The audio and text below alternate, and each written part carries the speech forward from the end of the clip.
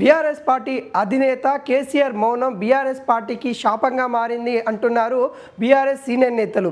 Party పెద్దలు మాట్లాడకపోవడం party మరింత బలహీనంగా పడుతూ ఉంది అంటూ వాపోతూ ఉన్నారు సీనియర్ నేతలు.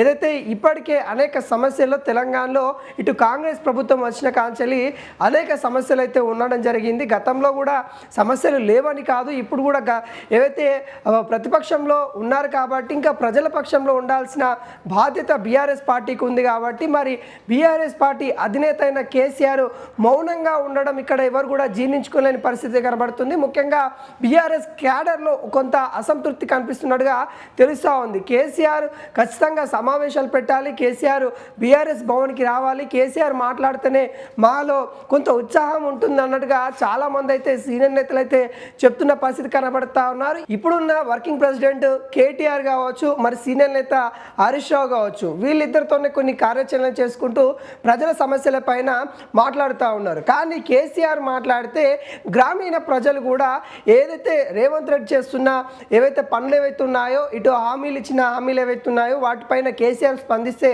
గ్రామాలు సైతం కూడా స్పందించే అవకాశాలు అత్యధికంగా ఉంటాయి.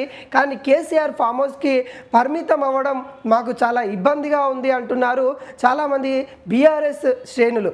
ఇప్పటికే బీఆర్ఎస్ నేతలు కూడా కొంత అసంతృప్తితో ఉన్నారుగా తెలుస్తూ ఉంది. అదేవిధంగా ఏదైతే పార్టీ ఓటమి పాలైపోయిన తర్వాత ఇటు బీఆర్ఎస్ పార్టీలో గెలిచిన ఎమ్మెల్యేలు కూడా కాంగ్రెస్ పార్టీ అధికారంలో ఉన్న కాంగ్రెస్ పార్టీలోకి వెళ్ళిన విషయం తెలిసిందే.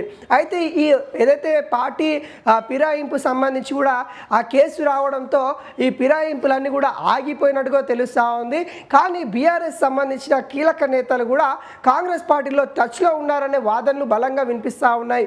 దానికి గల కారణం ఇక్కడున్న నాయకత్వం లోపమే, ఇక్కడున్న అధినాయకుడు మాట్లాడకపోవడమే ప్రధాన కారణం అంటున్నారు ఇటు సీనియర్ నేతలు. ఇప్పటికే కేటీఆర్ హరీష్ రావు నాయకత్వాన్ని చాలామంది కూడా కొన్ని విమర్శలు చేస్తూ ఉన్నారు. అన్నీ తానే వాళ్ళే చేస్తూ ఉన్నారు, పక్క వారికి ఏమి అవకాశం ఇవ్వట్లేదు, వారికి దిశానిర్దేశం చేయట్లేదు, వాళ్ళు కూడా వాళ్ళే అన్నీ తానే చేసుకుంటూ వెళ్తూ ఉన్నారు. కాబట్టి కొంతమంది సీనియర్ నేతలు ఇటు పార్టీ పైన అలిగారనే వార్తలు అయితే బలంగా వినిపిస్తూ ఉన్నాయి. దీనిపైన బీఆర్ఎస్ పార్టీ ఫోకస్ చేసి కేసీఆర్ని రంగంలోకి దించాలనే ఆలోచనలో ఉన్నట్టు కూడా తెలుస్తూ ఉంది. కేసీఆర్ యొక్క వ్యూహాలు తెలంగాణలో బీఆర్ఎస్ పార్టీ అధికారంలోకి రావాలంటేనే తన యొక్క వ్యూహాలే మరి ఫలిస్తాయి అన్నట్టుగా చాలామంది అయితే చెప్తా ఉన్నారు. ఎప్పుడైతే టీఆర్ఎస్ కాస్త బీఆర్ఎస్ అయిందో అప్పటి నుండి ప్రజలకి దూరం అవుతూ వస్తూ ఉన్న పార్టీ ఇప్పుడు కేసీఆర్ మౌనంగా ఉండడం మరింత దూరం అవుతా ఉన్న నేపథ్యం కనబడుతుంది. ఒకవైపు సొంత కూతురే టీఆర్ఎస్ పేరును పార్టీ పేరుగా కొత్త పార్టీని ఆవిష్కరించుకొని ప్రజల్లోకి వెళ్తూ ఉంది. దానిపైన కూడా బీఆర్ఎస్ శ్రేణులు అంతర్యాలు తెలుపుతూ ఉన్నారు. కానీ కేసీఆర్ అయితే మౌనంగా ఉంటాడు. ఇలా అనేక అంశాలపైన కేసీఆర్ మౌనంగా ఉండడం అక్కడ నేతల్లో ప్రజల్లో కూడా కొంత అసంతృప్తి నిండుతుందనే వాదనలు అయితే వినిపిస్తూ ఉన్నాయి. మరి దీనిపైన కేసీఆర్ మరి ఎటువంటి ఆలోచన చేస్తారు, మరి ఇప్పటికైనా మరి ప్రజల్లోకి దగ్గరికి కావాలనే ఆలోచనలో కేసీఆర్ ఉన్నట్టుగా తెలుస్తూ ఉంది. అయితే కేసీఆర్ త్వరలో బస్సు యాత్ర కూడా ఉండే అవకాశాలు అయితే కనబడతా ఉంది.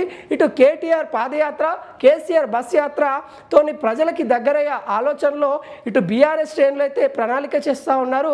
కానీ కొంతమంది క్యాడర్లో బీఆర్ఎస్ క్యాడర్లో కొంత అసంతృప్తి అనేది బలంగా ఉంది. కాబట్టి దానిపైన బీఆర్ఎస్ అధిష్టానం ఫోకస్ చేయాలంటూ సీనియర్ నేతలు కోరుతున్న పరిస్థితి బీఆర్ఎస్లో నెలకొంది.